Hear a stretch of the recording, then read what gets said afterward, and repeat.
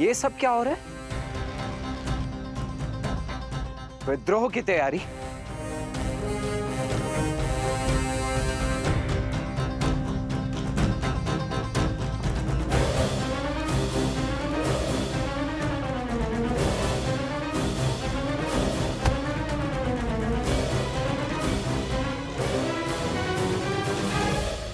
तो अब आप सब श्री राम के विरुद्ध उस शस्त्र उठाने को उत्सुक हैं। क्या यही है श्री राम और अयोध्या के प्रति आपका सम्मान?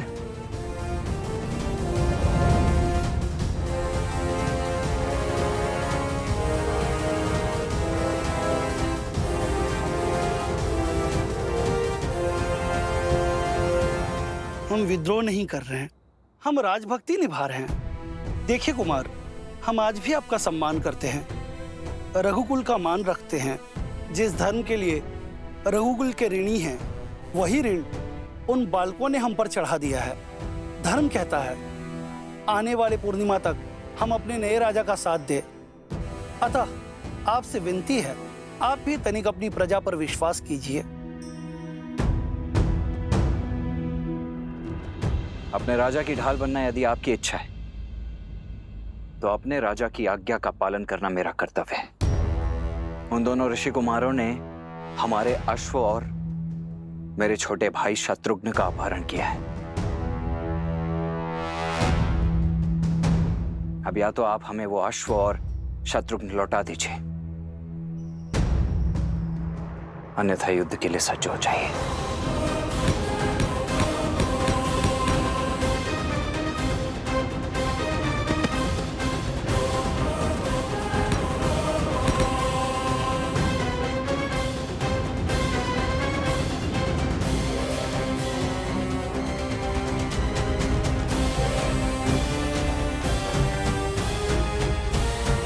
मैंने आपसे पहले भी कहा था, महाराज और युवराज यहाँ नहीं है। वे किसी उद्देश्य पूर्ति हेतु बाहर गए हैं। यदि आप उनके बिना भीतर आना चाहते हैं, तो आपको हमें मृत्यु के घाट उतारना होगा और इस गांव को मरघट बनाना होगा, भूत प्रेतों का नगर बनाना होगा।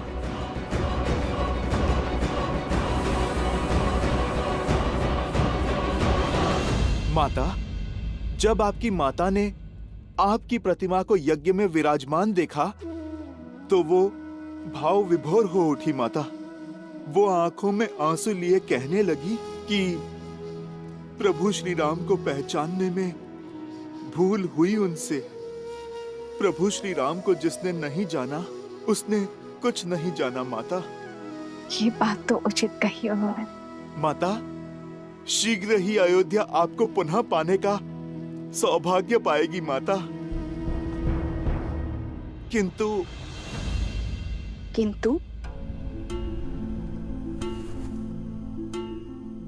माता, एक प्रश्न है जो और प्रतीक्षा नहीं कर सकता। माता, ये मन भी कितना विचित्र है। दुर्भाग्य पर संदेह नहीं करता और सौभाग्य पर विश्वास नहीं करता।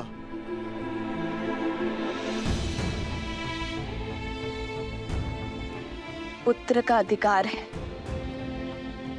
कि मन में उठ रहे हर संशय अपनी माता के सामने रखें। बताओ पुत्र, क्या शंका है तुम्हें? माता, मेरा मन सत्य जान चुका है, किंतु ये सब कुछ आपके मुख से सुनना चाहता है। माता, क्या कुमार लव और कुश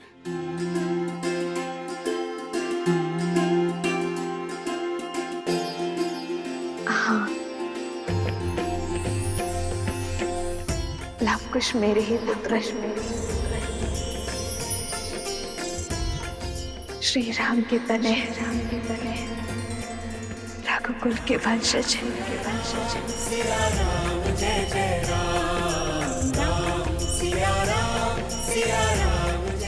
माता, मैं जानता था, मेरा मन झूठ नहीं कह सकता। माता, वो दोनों मेरी माता के पुत्र हैं, मेरे छोटे भाई हैं, मेरे छोटे भाई हैं। माता, मेरे छोटे भाई हैं। लवकुश मेरे छोटे भाई हैं। माता, हनुमान इतनी आयु में भी बचपना।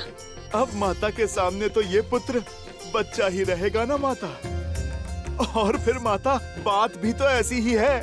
मैंने तो लव कुश को देखते ही उनमें आपकी और प्रभु की छवि पाली थी माता।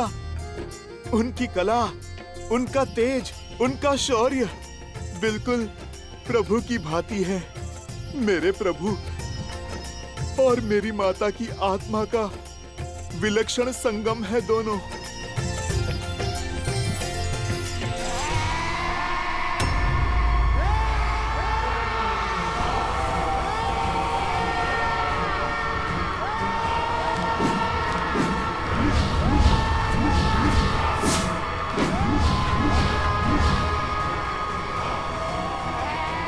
मैं इनके सामने अधिक देर तक नहीं टिक पाऊंगा कुश। इनकी चीखों के सामने मेरी सुध खो रही है।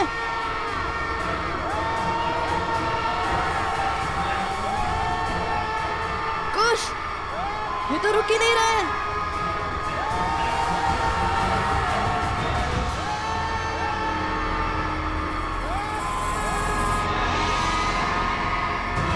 दिव्यास्त्र का उपयोग कीजिए भैया। मुनिवर ने हमें इन्हें जीवित करने के लिए भेजा था, इन्हें मारने नहीं। मिल गया उपाय। हनुमान, संभालो स्वयं को। माता, मैं क्या करूं? मन उल्लास के सागर में गोते खा रहा है। उन्हें यहाँ वन में नहीं, वहाँ महलों में होना चाहिए। राजकुमारों के भांति जीना चाहिए माता। समर्पण से बोए और प्रेम से सींचे दाम्पत्य को खंडित करने का साहस कहाँ से लाती है नियति? क्या मैं अयोध्या के कल को आज उनके पिता के सम्मुख नहीं ले जा सकता माता? क्या प्रभु और आपके पग में पड़ी वियोग की बेड़ियों को मैं नहीं काट सकता माता? हनुमान, जब मेरा तप पूर्ण होगा तो मेरे प्रभु श्री राम मुझे और मेरे पुत्र को ढूंढने अवश्य आएंगे। भगवान वाल्मीकि और अन्य मुनिवर लव कुश को जिस पथ पर भेज रहे हैं वो तप का ही पथ है हनुमान। और तुम तो बल और बुद्धि दोनों के ही स्वामी हो हनुमान। तुम्हें कुछ समझाने या बताने की आवश्यकता नहीं है। जो उचित लगे वो करो। जब लव कुश का जन्म हुआ था तो शत्रुघ्न भैया यहाँ आए थे। तब मैंने उनसे कहा था, सूर्यवंश के इन सूर्य का तेज अयोध्या तक नहीं पहुंचना चाहिए। आप किसी से कुछ नहीं कहेंगे भैया। किंतु तुम्हें कोई आज्ञा, कोई आदेश नहीं दूंगी, क्योंकि मेरे पुत्र हनुमान का निर्णय अनुचित हो ही नहीं सकता। माता, आपने मुझे डाल दिया ना धर्म संकट में। मेरा मन कहता है कि अभी प्रभु को सब सत्य बता दूं, किंतु धर्म तपस्या भंग करने का मैं अपराध नहीं करना चाहता माता।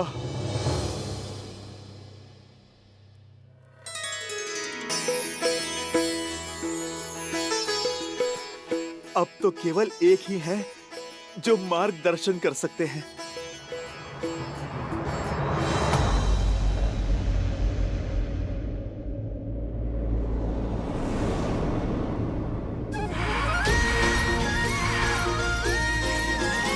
किंतु तुम्हें कैसे ज्ञात हुआ कि उनकी शिखा बांधने से वे शांत हो जाएंगे? इतना भी अज्ञानी नहीं हूँ मैं भैया। भूल गए भैया, बालपन में जब बालपन? अरे अर्थात जब और भी छोटा था, तब यज्ञोपवीत संस्कार के समय मैंने उपहास में सूंघकर उनकी शिखा खोल दी थी। तब माता ने बताया था, शिखा ऊर्जा को शीश चक्र को चारों ओर केंद्रित करती है। व्यक्ति को उच्च चेतना और दिव्य ऊर्जा से जोड़ती है। इसे खोलकर रखने से ऊर्जा अधिक स्वतंत्र रूप से प्रवाहित हो सकती है और बांधने से रुक सकती है, जिससे व्यक्ति का मन और मस्तिष्क भी स्थिर हो जाता है। अति उत्तम। चलो, कुछ तो पाठ स्मरण है तुम्हें।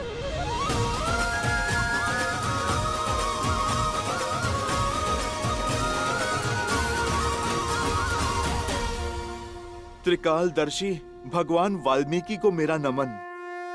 आ गए हनुमान। भला मैं आपकी पुकार को अनसुना कैसे कर सकता हूँ? आप मेरे आने का कारण तो जानते ही हैं। लव और कुश अयोध्यापति श्री राम के पुत्र हैं, किंतु संसार को ये सत्य बताने का समय अभी नहीं आया।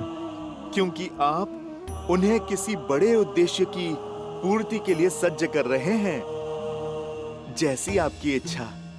किंतु मैं एक आज्ञा आपसे अवश्य चाहूंगा। आप मुझे मना मत कीजिएगा। साक्षात शिव के अंश को कैसे मना कर सकते हैं? यदि तुम्हारे मन में कोई इच्छा जागृत हुई है तो वो सर्वथा आवश्यक ही होगी। बोलो, क्या चाहते हो?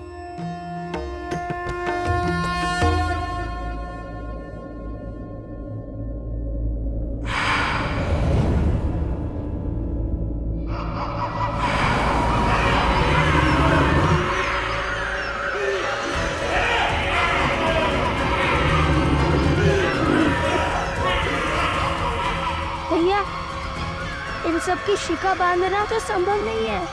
अब क्या करे कुश?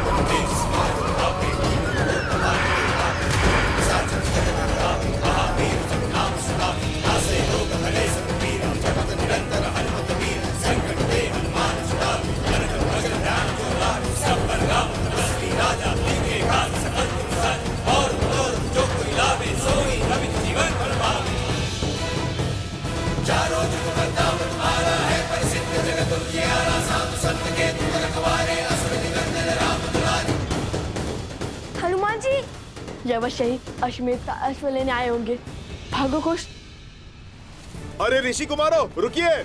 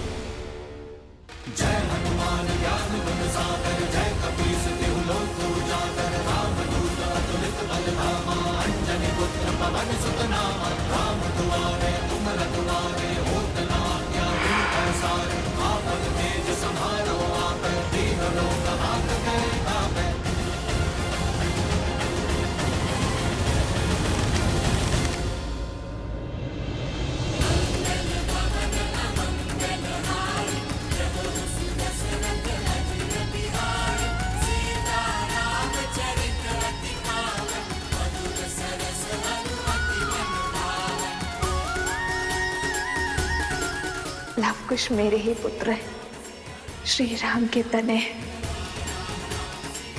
रघुकुल के वंशज हैं। आगे मत बढ़ना, अन्यथा अपने बाण से छल्ली कर देंगे हम। मेरे भैया मिथ्या नहीं कहते। रुक जाइए हनुमान जी।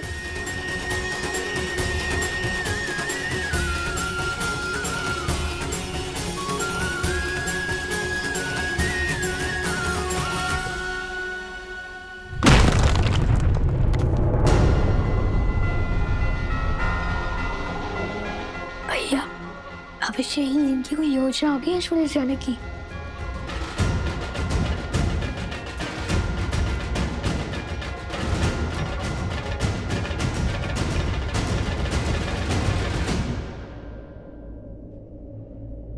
यदि आप अश्वमेध के अस्त्र को लेने आए हैं तो लौट जाइए। उसे ढूंढने में अपना समय व्यर्थ मत कीजिए। उचित कहा भैया। सुना है आप अमर हैं, कदाचित इसलिए बहुत समय है व्यर्थ करने के लिए। समय व्यर्थ करने वालों को एक दिन समय स्वयं व्यर्थ कर देता है। वैसे मैं यहाँ पर अश्व के लिए नहीं आया हूँ। मैं तो प्रभु श्री राम का सेवक हूँ, सैनिक नहीं। बिना इच्छा मैं नहीं लड़ता। तो फिर आप यहाँ क्यों आए? आप दोनों की सहायता करने। आप दोनों माता सीता की खोज में निकले हैं ना? उनका तो पुत्र मैं भी हूँ। आप दोनों का हाथ बटा दूं?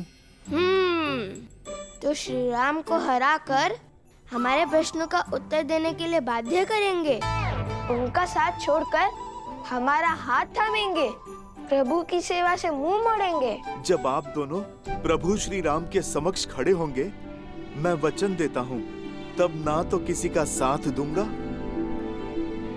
और ना ही हाथ थामूंगा। प्रभु राम की सेवा हो या फिर माता सीता की सेवा, वो दोनों एक ही तो हैं मेरे लिए। ठीक है, आप हमारे साथ आ सकते हैं। पहले बताइए, इस सहायता के बदले में क्या चाहिए आपको?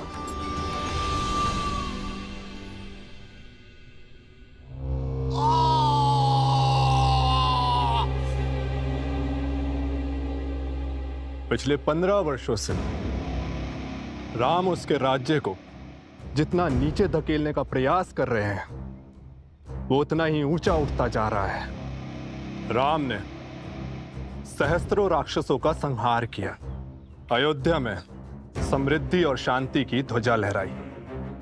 वहां ना कोई अब भिक्षा मांगता है, ना कोई चोरी करता है। उसने सब कुछ पा लिया और हमने सब कुछ खो दिया। आपका पुत्र, आपका राज्य, आपका सम्मान, आपके भाग में केवल एक जीत आई, राम और सीता का वियोग, और कुछ नहीं। आपकी पराजय हो चुकी है। आज मेरे प्रयास विफल हुए, किंतु जब तक अयोध्या में एक भी जीव के मन में अधर्म का वास है, धर्म कभी बुरी बातें नहीं जीत सकता।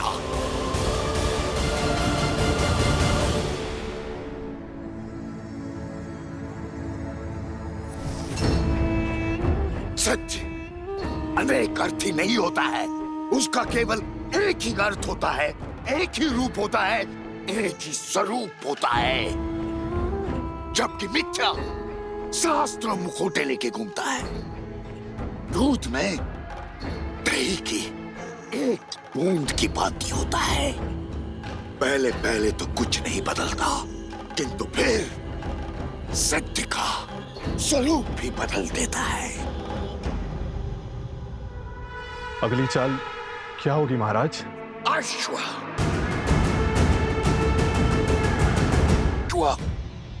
जीवित नहीं मिलना चाहिए।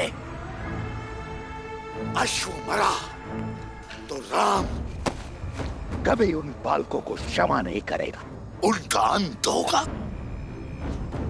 और तब हम उनका सत्य संसार के सामने लाएंगे। सीता इस विश्वासघात को कभी नहीं सह पाएगी। पति से वियोग का विष तो पी गई, किंतु पुत्रों की मृत्यु का दंश नहीं सह पाएंगे और सीता की मृत्यु राम के अंत का कारण बनेगी।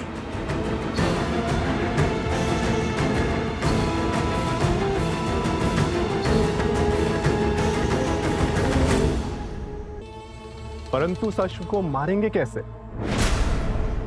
उसे तो देवताओं का संरक्षण प्राप्त है।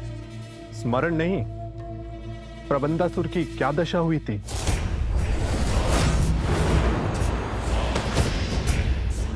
उसका भी उपाय शीघ्र खोज लूंगा मैं। तुम जाओ और लक्ष्मण से पहले उस आशु को खोजो। जाओ।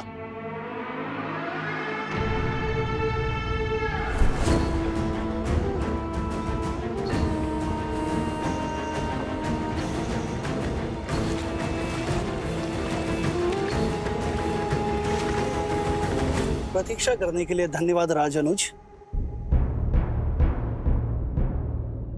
मेरी प्रतीक्षा को धैर्य समझने की भूल ना करें महोदय। मैं केवल अपने भैया की आज्ञा का पालन कर रहा हूं। ये शांति केवल मेरे भैया की इच्छा के कारण है। उनकी इच्छा है कि इस अश्व को ढूंढने में तनिक भी रक्तपात ना हो। मैं बिना आपकी सहायता के स्वयं उन दोनों ऋषि कुमारों को ढूंढ लूंगा।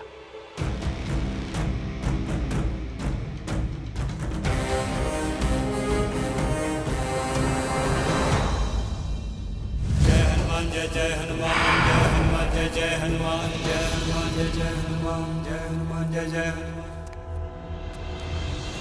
दुर्गम काज जगत के जेते, सुगम अनुग्रह तुम्हारे तेते। इस सहायता के बदले में क्या चाहिए आपको? और अब उत्तर भी दीजिए। हनुमान जी, अति उत्तम। इनकी गोद मुझ में 100% सुरक्षित हो। जय सिया राम। अरे ये बालक तो जाग रहा है। किंतु आपने हमें बताया नहीं कि सहायता के अवेज में आपको क्या चाहिए। क्या आप दोनों ने वो गीत गाना छोड़ दिया? क्या? राम कथा।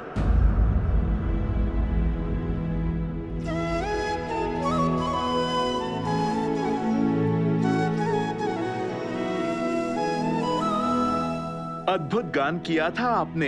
एक बार पुनः मेरे लिए उसका गान करें। कदापि नहीं। प्रभु श्री राम और माता सीता के प्रति हमारे मन में श्रद्धा और समर्पण अडिग है। इसलिए जब तक हम अपने प्रश्नों का उत्तर नहीं पा लेते, हम राम कथा का गायन भी नहीं करेंगे।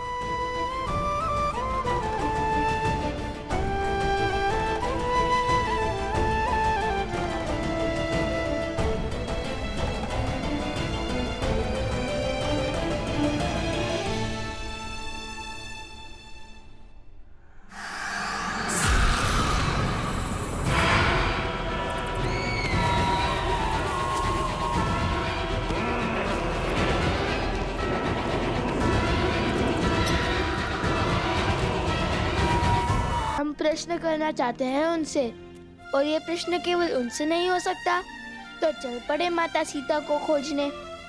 अब ये खोज शीघ्र पूर्ण होगी। तो राम कथा का गान भी तभी होगा। अद्भुत आनंद आ रहा है। हनुमान जी ने मुझे अपने शीश पर उठा रखा है। आनंद, परम आनंद। हाँ, हनुमान जी, नहीं नहीं, नीचे मत रखो, आनंद आ रहा था।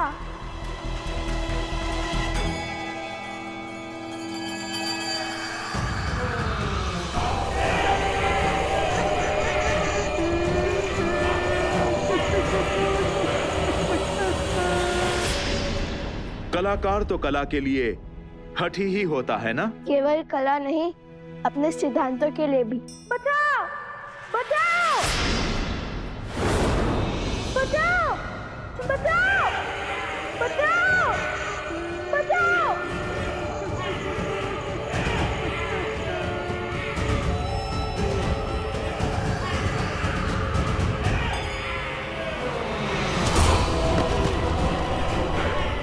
भोजन, अरे भोजन।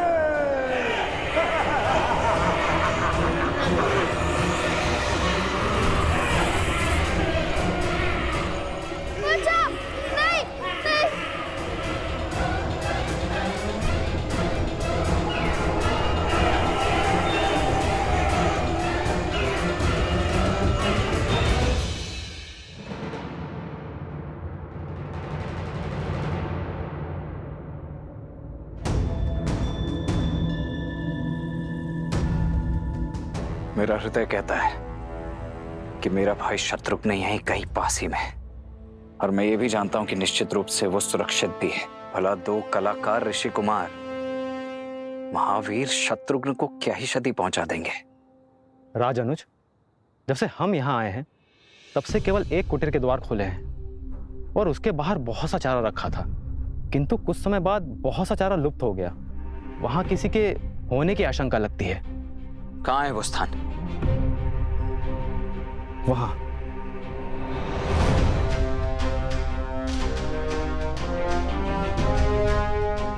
ये इतना सारा चारा गौ अथवा किसी अश्व के लिए ही होता है। भैया का आदेश ना होता तो मैं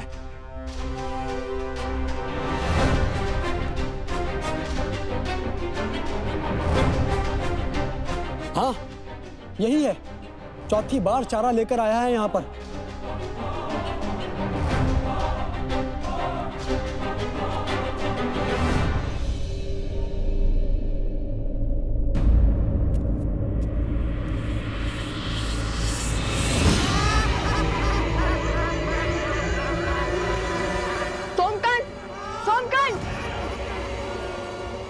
हनुमान जी, आपको तो हमारी सहायता करनी थी ना। कुछ हमें कुछ करना होगा। नहीं, तुम्हारी रक्षा करने हेतु मैं बाध्य हूं। ये परीक्षा है मेरी, मुझे ही पूर्ण करने दो।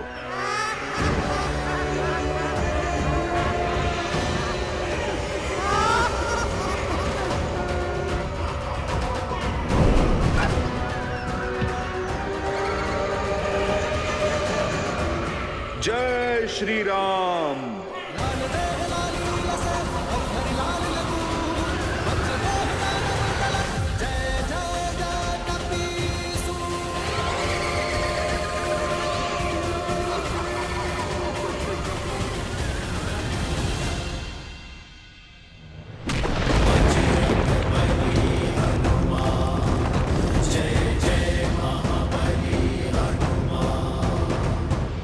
ये बालक मेरे साथ हैं।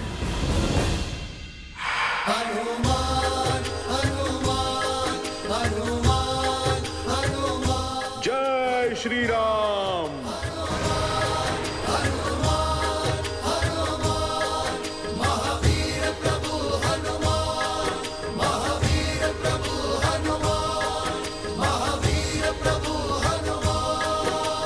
धन्यवाद हनुमान जी, आपने मुझे बचा लिया।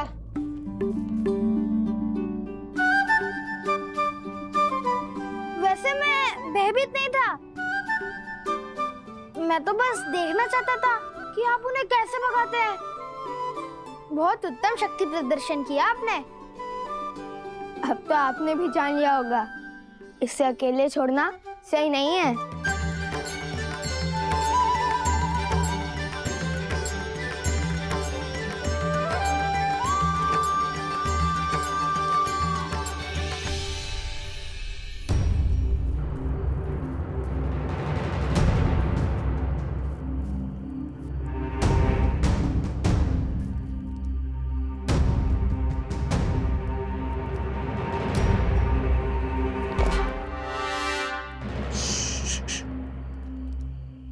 कोई भी ध्वनि नहीं होनी चाहिए।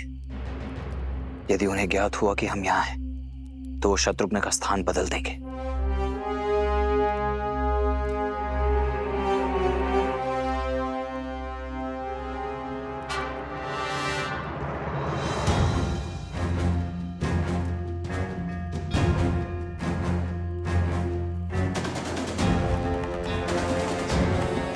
असंभव। अभी कुछ ही क्षणों पूर्व तो यहां इतनी सारी घास रखी हुई थी, अभी अभी समाप्त। यह निश्चित रूप से किसी अश्व का ही भोजन है, परंतु यहां कहीं कोई अश्व दिखाई क्यों नहीं दे रहा है? मित्र, ये अश्व को खोज रहे हैं, ये राजनु शत्रुघ्न को।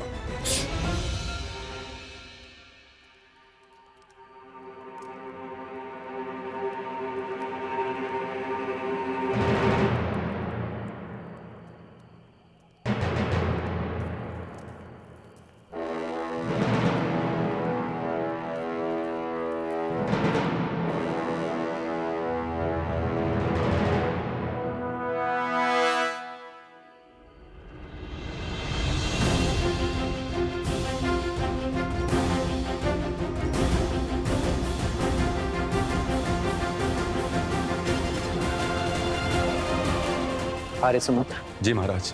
सभी गुरुकुलों में शिक्षा शीघ्र ही आरंभ हो जानी चाहिए। अश्वमेध के विलंब का प्रभाव शिष्यों पर नहीं पड़ना चाहिए।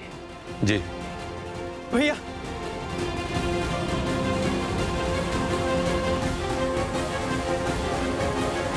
क्या हुआ भरत, सब कुशल तो है ना? नहीं भैया, वो शत्रुघ्न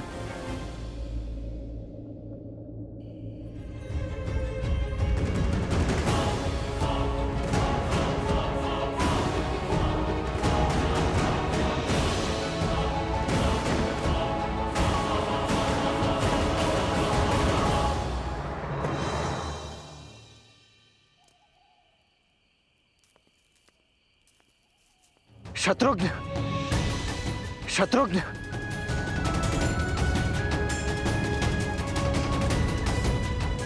शत्रुघ्न,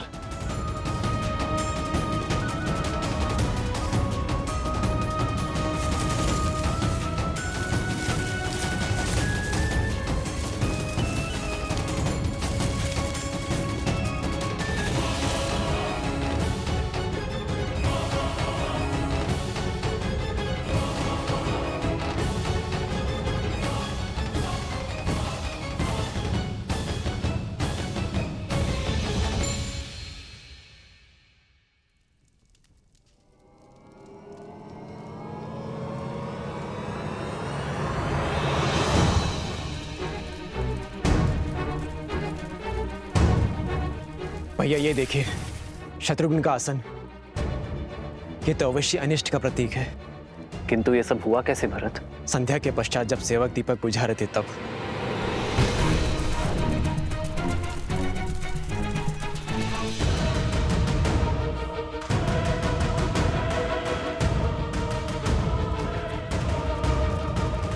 यदि कोई अनिष्ट हुआ भी है तो भी वो हमारे शत्रुघ्न को हानि नहीं पहुंचा पाएगा। हनुमान और लक्ष्मण उसे खोजने गए हैं ना? भैया मैंने लक्ष्मण की ओर एक दूत भेजा था और उसकी कोई सूचना नहीं मिली। मेरा मन बहुत घबरा रहा है। जब तक स्वयं सूत नहीं लूंगा तब तक मेरा मन अधीर ही रहेगा। आप मुझे आज्ञा दीजिए। प्रकृति कभी सीधे संदेश नहीं देती। भिन्न भिन्न मार्गों से, भिन्न भिन्न संकेतों से हमें अपनी बात समझाती है महाराज। जी आचार्य, और उन ऋषि कुमारों का लक्ष्मण और शत्रुघ्न को आहत पहुंचाना असंभव है। यदि वो दोनों चाहते तो सम्मोहन अस्त्र का प्रभाव कर बेसुध शत्रुघ्न को हानि पहुंचा सकते थे, किंतु वो लौट गए। अवश्य ही कोई कारण है जो हमें ज्ञात नहीं है। भैया ये घटना उससे भी अधिक चिंताजनक है।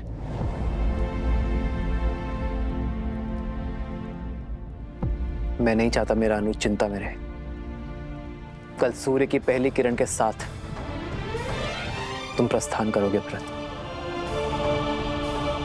जो आज्ञा भैया।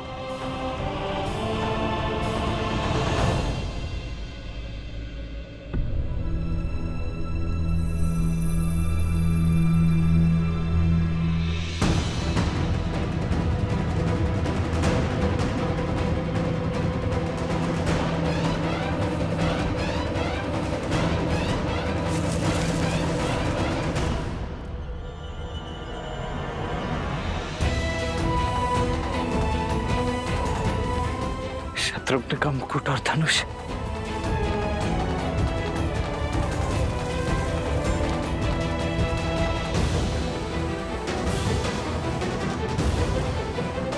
अर्थात मेरा संदेह सत्य ही है। शत्रुघ्न को उन दोनों ऋषि कुमारों ने ही छिपा है।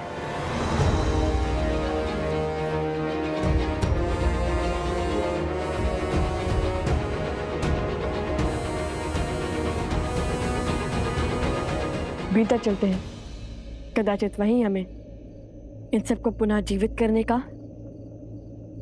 और ये प्रेतों का स्वांग समाप्त करने का मार्ग मिल जाए। द्वार खोलता हूं।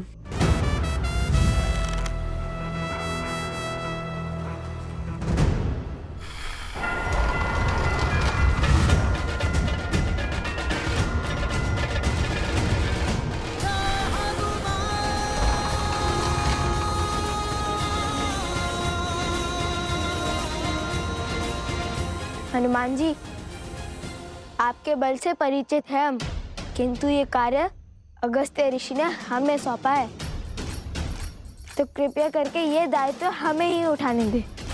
मैंने तो केवल आपकी सहायता माता सीता को खोजने की कीजिए, हमारा मार्ग सरल बनाने में नहीं। जो आ गया ऋषि कुमार। आप द्वार के बाहर ही यहाँ पर अपनी दृष्टि रखिए। परंतु छोड़िए और यहाँ रुककर यहाँ की दृष्टि रखिए। ये हमारे राजा लव का आदेश है।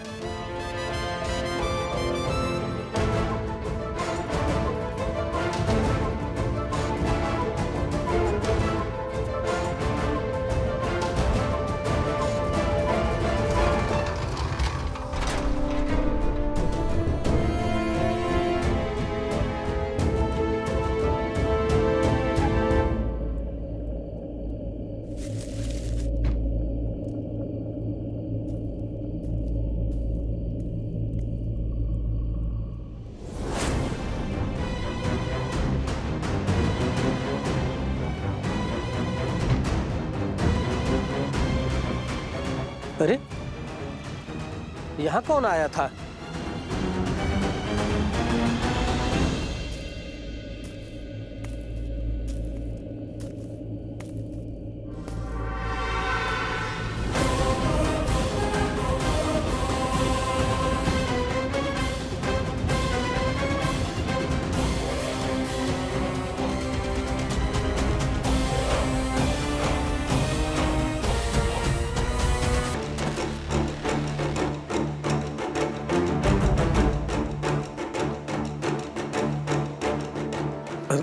राजानुज, आप यहाँ कैसे?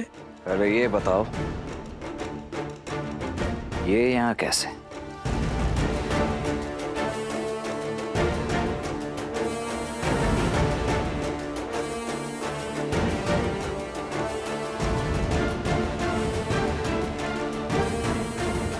देखो, इतना तो मैं भली भांति समझ गया हूं कि मेरा भाई है यहीं कहीं, परंतु उसे छिपाया कहां गया है ये अब तुम बताओगे।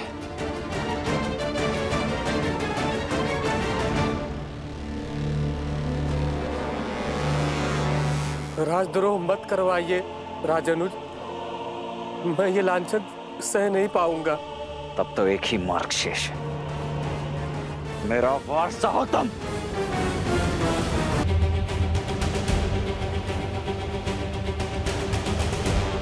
अब प्रश्न केवल अश्व का नहीं, मेरे भाई राजनुज शत्रुघ्न का भी है, इसलिए आप मेरे धैर्य की परीक्षा मत लो। सत्य बताने के लिए सज्ज हो जाओ, अन्यथा मैं सज्ज हूं। मैं, ले लीजिए मेरे प्राण।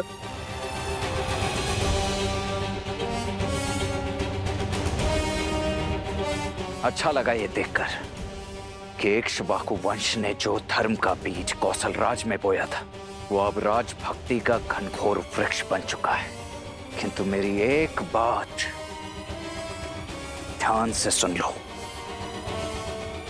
या तो आज तुम्हारे मुख से सत्य निकलेगा, अन्यथा निकलेंगे प्राण, और केवल तुम्हारे नहीं, उन दोनों ऋषि कुमारों के भी। युद्ध में 2 क्षण भी मेरे समक्ष टिक नहीं पाएंगे, वो धराशायी हो जाएंगे तुम्हारे नए नवेले राजा।